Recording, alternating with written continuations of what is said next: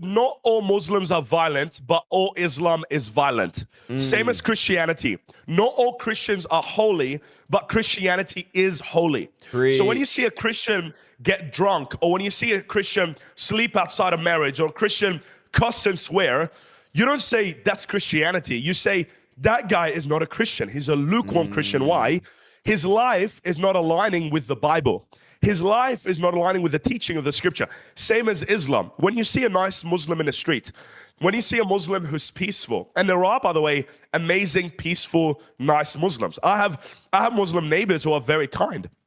And those Muslim neighbors are awesome, and I love them. I love Muslims, but the truth is they're not real Muslims. They are what you call progressive Muslims or lukewarm Muslims. They're the lukewarm Why? Christians, but in the Muslim world. They're the literally. What's a lukewarm Christian? Someone who gets drunk, someone who cusses and swear, someone who sleeps with his girlfriend.